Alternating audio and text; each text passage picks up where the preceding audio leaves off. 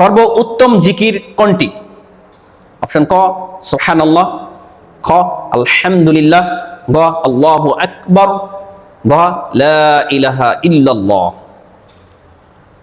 ইনশাল্লাহ আমি আল্লাহর উপর ভরসা রেখে বলতেছি ঘ লা ইলাহা ইল্লাল্লাহ।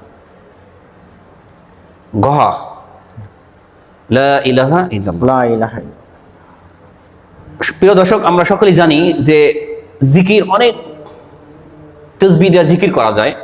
তো সর্বোত্তম জিকির কোনটি? হাদিস অনুযায়ী সর্বোত্তম, কোরআন হাদিস সমর্থিত সর্বোত্তম জিকির হচ্ছে লা ইলাহা ইল্লাল্লাহ। আমাদের ভাইয়ের উত্তরটি সঠিক হয়েছে, আলহামদুলিল্লাহ। আলহামদুলিল্লাহ। প্রিয় দর্শক, সুবহানাল্লাহ জিকির, আলহামদুলিল্লাহ জিকির, আল্লাহু আকবার জিকির, লা ইলাহা ইল্লাল্লাহ জিকির। তো এটার মধ্যে সর্বোত্তম মানে এটার মর্যাদা বেশি লা ইলাহা ইল্লাল্লাহ।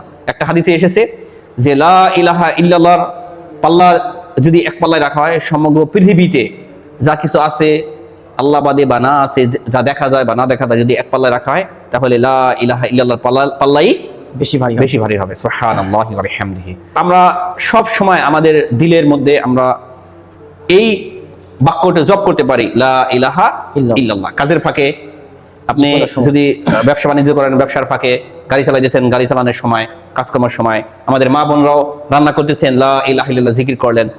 হ্যাঁ, ঘরের কাজ করতেছেন, লা ইলাহা ইল্লাল্লাহ জিকির করলেন, বা অন্য কাজ করতেছেন, লা ইলাহা ইল্লাল্লাহ জিকির করলেন। তো আমরা চেষ্টা করব নারী ও পুরুষ, যুবক ও বৃদ্ধ, আমরা সকলেই ও যুবতী যেন আমরা সকলেই লা ইলাহা ইল্লাল্লাহর জিকির করি ইনশাআল্লাহ। আলহামদুলিল্লাহ, খুব ভালো।